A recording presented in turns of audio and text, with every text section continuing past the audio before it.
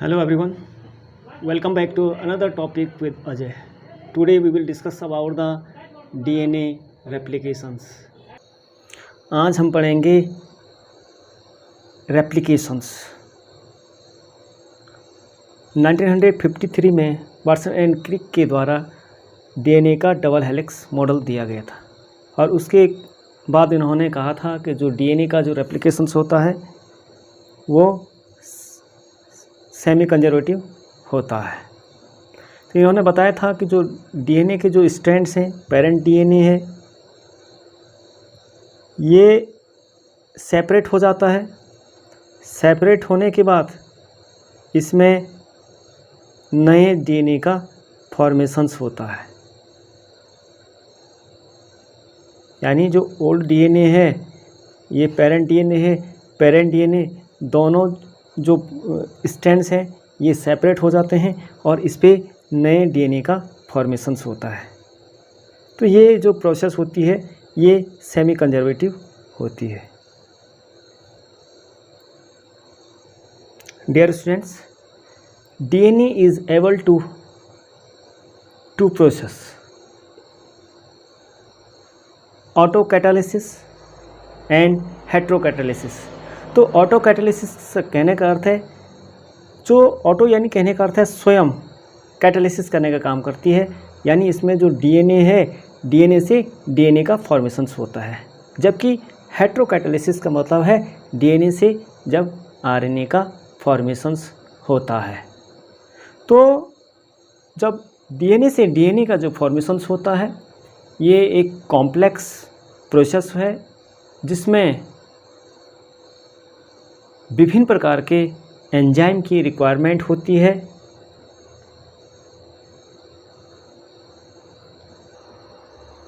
Dear students, जो enzyme की requirement होती है इसमें सबसे पहले बात कर रहे हैं हम डीएनए हेलिकेज। तो जो डीएनए हेलिकेज है ये डीएनए में बने हुए जो इस प्रकार से इसमें जो हाइड्रोजन बॉन्ड होते हैं एडेनिन थाइमिन से जुड़ा होता है और ग्वानिन साइटोसिन से ट्रिपल हाइड्रोजन बॉन्ड के द्वारा जुड़ा होता है, उसको हेलिक्स कट करने का काम करता है, या हम कह सकते हैं ब्रेक द हाइड्रोजन बॉन्ड, यानी हाइड्रोजन बॉन्ड को कट करने का काम करता है। ये जो हेलिक्स है उसको सेपरेट करने का काम करता है, इसलिए इसको हेलिकेज भी कहा जाता है। तो दूसरा एंजाइम की बात कर रहे हैं टोपोआइसोमरेज। तो टोपोआइसोमरेज माना यहाँ से ये ओपन हो रहा है, इधर से ये ओपन हो रहा है, तो यहाँ से ओपन हो रहा है, इधर से इधर को ओपन हो रहा है, तो यहाँ पे टेंशन बढ़ जाती है, इस साइड टेंशन बढ़ जाएगी। तो इस टेंशन को कम करने के लिए टोपोआइसोमरेज एंजाइम टोपोआइसोमरेज इस टेंशन को रिमूव करता है। ये यहाँ पे निक लगाता है, एक छोटा कट लगाता है, कहने का अर्थ है कट लगाता है और फिर रिसीलिंग कर देता है। तो इसलिए इसको निक एंड रिसीलिंग एंजाइम भी कहा जाता है। थर्ड जो एंजाइम है इसमें है सिंगल स्ट्रैंड बाइंडिंग प्रोटीन।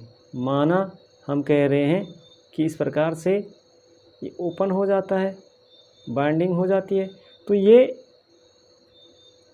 फिर से अपने कॉलिंग स्टेज में आ सकता है। इसलिए इसको होल्ड करने के लिए यहाँ पे और इधर क्या हो जाता है, सिंगल स्ट्रैंड स्टेबलाइजिंग प्रोटीन और हम कह सकते हैं सिंगल स्ट्रैंड बाइंडिंग प्रोटीन यहाँ पे लग जाता है और इसको होल्ड करके रखता है, जिससे कि ये अपनी पूर्वावस्था में न जा पाए। नेक्स्ट जो एंजाइम है डीएनए पॉलीमरेज। तो डीएनए पॉलीमरेज ये 3 प्रकार के होते हैं। इसमें हम देख रहे हैं फर्स्ट जो है आरएनए प्राइमर्स रिमूव करने का काम करता है और रिपेयरिंग का काम करता है, या हम कह सकते हैं ओकाजाकी फ्रेगमेंट को ऐड करने का काम करता है। सेकेंड है जो एरर करेक्शंस और डीएनए रिपेयर्स में हेल्प करता है। थर्ड जो है डीएनए पॉलीमरेज है, तो हम देखते हैं ये मेन एंजाइम होता है और यही जो एंजाइम है डीएनए पॉलीमरेज, यही पॉलीमराइजेशंस में मदद करता है। एंजाइम का मेजर रोल है डीएनए रेप्लिकेशन में। डीएनए रेप्लिकेशन के जो स्टेप हैं साइमल्टेनियसली चलते हैं। फर्स्ट स्टेप हम कह रहे हैं एक्टिवेशंस ऑफ न्यूक्लियोटाइड। तो इसमें जो 4 न्यूक्लियोटाइड हैं एएमपी, टीएमपी, सीएमपी, जीएमपी, इसको फॉस्फोराइलेज के द्वारा इसको एटीपी, टीटीपी, सीटीपी और जीटीपी में कन्वर्ट किया जाता है। और आपको पता है एडेनोसिन मोनोफॉस्फेट इसमें कम कैलोरी, या हम कह सकते हैं एक ही फॉस्फेट है तो इसमें क्या है एनर्जी कम हो गई। इसके द्वारा इसको एटीपी एडेनोसिन ट्राइफॉस्फेट में कन्वर्ट किया जाता है तो इससे अधिक एनर्जी प्रोड्यूस हो गई। इसी प्रकार से 4 न्यूक्लियोटाइड हैं, इसको एक्टिवेट किया जाता है। सेकेंड स्टेप जो हम पढ़ते हैं इसमें ओपनिंग ऑफ डीएनए हेलिक्स।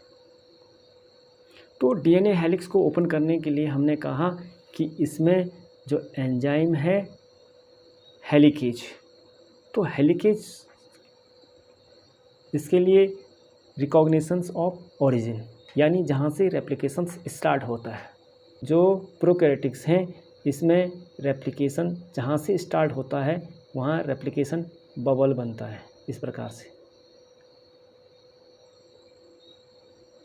तो जहाँ से रेप्लिकेशन स्टार्ट होता है वहाँ रेप्लिकेशन बबल बनता है, जबकि यूकैरियोटिक्स में ये रेप्लिकेशंस फोर्क बना दे। डियर स्टूडेंट्स, हमने कहा कि जो प्रोकैरियोटिक्स में है इसमें रेप्लिकेशन बबल बनता है, और जो यूकैरियोटिक्स है यहाँ पे जो रेप्लिकेशंस जो स्टार्ट होता है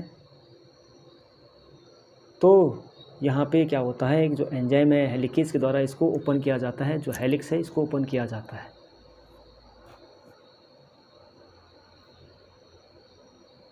यहाँ से रेप्लिकेशन स्टार्ट हो रही है तो यहाँ पे रेप्लिकेशन फोर्क बन रहा है। अब जब ये रेप्लिकेशन इस साइड को हो रहा है तो यहाँ पे इस साइड हमें क्या दिखाई देगा, टेंशन हो जाएगी इधर।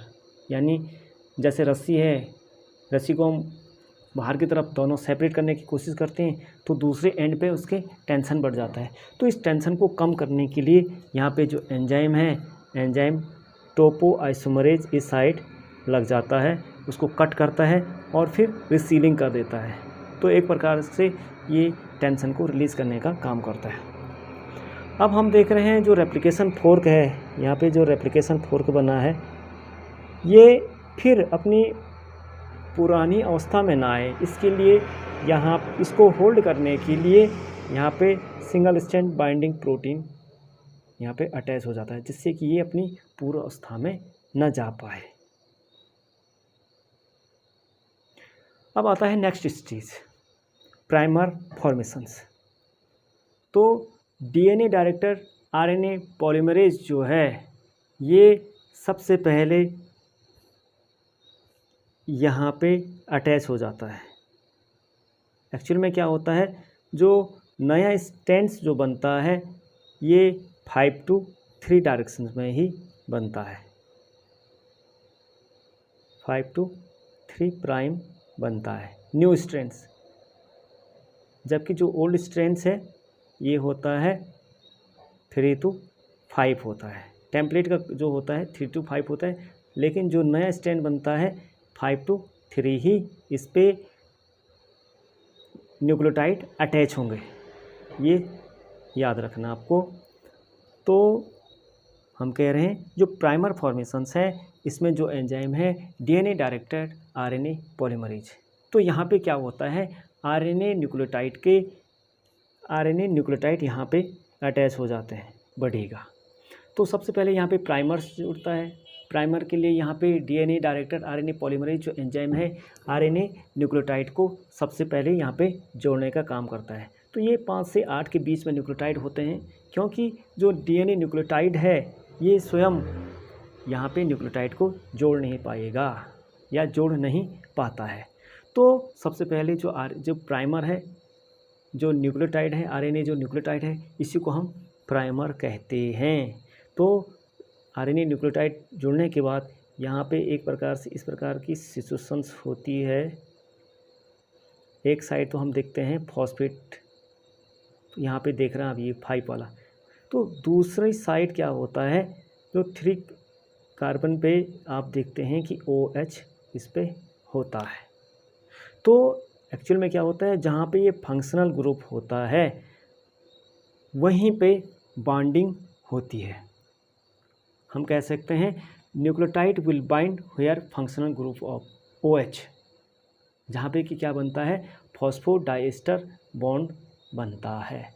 तो ये इस प्रकार से न्यूक्लियोटाइड आगे की तरफ जुड़ेंगे, इस प्रकार से आगे की तरफ जुड़ेंगे, और ये इस प्रकार से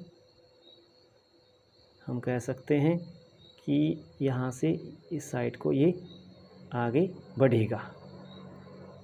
और दूसरी साइड क्या होता है कि यहाँ पे भी हमें पता है कि जो ये डायरेक्शन है, इसका जो नया डायरेक्शन होता है 5 डायरेक्शंस 3 होता है, या 5'3 होता है।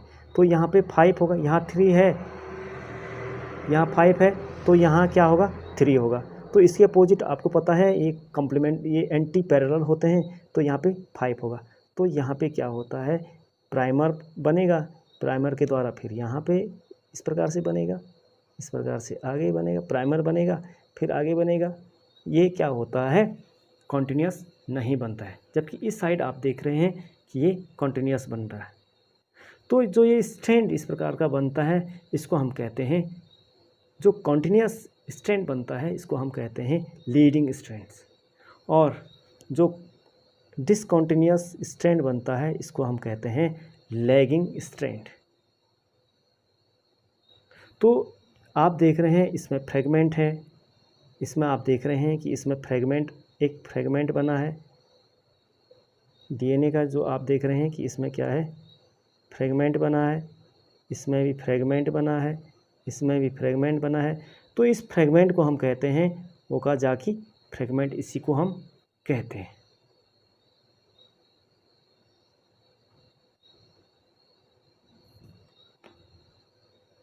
डियर स्टूडेंट्स, इस प्रकार से हम देखते हैं DNA के दोनों ही पार्ट्स अलग हो जाते हैं, और इस प्रकार से अपने कम्प्लीमेंट्री यहाँ पे बना देते हैं, और 2 नए DNA का फॉर्मेशंस यहाँ पे हो जाता है। कहने का अर्थ है इसमें एक, इसके बाद हम देखते हैं कि DNA के जो फ्रेगमेंट हैं इसको कहा जाता है ओकाजाकी फ्रेगमेंट। इसको स्टिच करने का या लगाने का काम जो होता है DNA लाइगेज का होता है। इससे पहले जो RNA प्राइमर्स होता है, इसको भी जो DNA पॉलीमरेज फर्स्ट है, इसके द्वारा प्राइमर्स को रिमूव किया जाता है, और जो गैप है इसको फिल किया जाता है। यानी कहने का अर्थ जो ये गैप है, यहाँ पे प्राइमर जो बनता है, फ्रेगमेंट जो सिंथेसिस के टाइम पे, न्यूक्लियोटाइड्स के पॉलीमरेज के टाइम पे, जो RNA न्यूक्लियोटाइड है, यानी प्राइमर जो है, इसको रिमूव DNA पॉलीमरेज फर्स्ट के द्वारा किया जाता है, और जो ओकाजाकी फ्रेगमेंट है इसको, इसके बीच में जो गैप है इसको फिल करने का काम DNA polymerase first. Proof reading, इसको हम कहते हैं प्रूफ रीडिंग। प्रूफ रीडिंग यानी जैसे कोई किताब जब छपती है उसके बाद देखा जाता है कि उसमें कोई मिस्टेक तो नहीं है, यदि कोई मिस्टेक है तो उसको दूर कर लिया जाता है। तो इसी प्रकार से जो DNA का जो रेप्लिकेशन होता है, एक DNA से 2 DNA का निर्माण होता है, उसमें भी कभी कभी जो बेस पेयर है वो गलत जुड़ने की इसमें संभावना रहती है, तो इसको रिपेयर किया जाता है। यानी कहने का अर्थ है इसमें रिपेयरिंग का काम क्या है, रिपेयर का काम किया जाता है, और ये किया जाता है जो DNA फर्स्ट एंड न्यूक्लियस के द्वारा, यानी polymerase first, DNA polymerase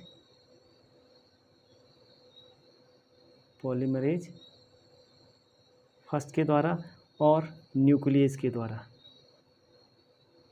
nucleus एक एंजाइम का नाम है, इसके द्वारा इसको प्रूफ रीडिंग की जाती है। यानी जो कि गलत जगह पे जुड़े हुए, यानी हमें पता है एडेनिन के साथ हमेशा थायमिन जुड़ा होता है, साइटोसिन के साथ हमेशा ग्वानिन जुड़ा होता है। तो हो सकता है कि एडेनिन की जगह ग्वानिन कभी जुड़ जाए तो यहाँ पे क्या होता है, म्यूटेशन की संभावना रहती है। मालूम से एडेनिन थाइमिन के साथ जुड़ता है और साइटोसिन ग्वानिन के साथ ही जुड़ता है। कभी कभी हो सकता है कि गलत जगह पे जुड़ जाए, तो जो कुछ एंजाइम है इसको ठीक कर दिया जाता है। इसमें जो डीएनए पॉलीमरेज फर्स्ट और न्यूक्लियस जो एंजाइम है इसके द्वारा इसको करेक्ट कर लिया जाता है। तो इस प्रकार से एक डीएनए के द्वारा 2 डीएनए का फॉर्मेशंस हो जाता है। डियर स्टूडेंट्स, आई होप आपकी समझ में आएगा। Thank you.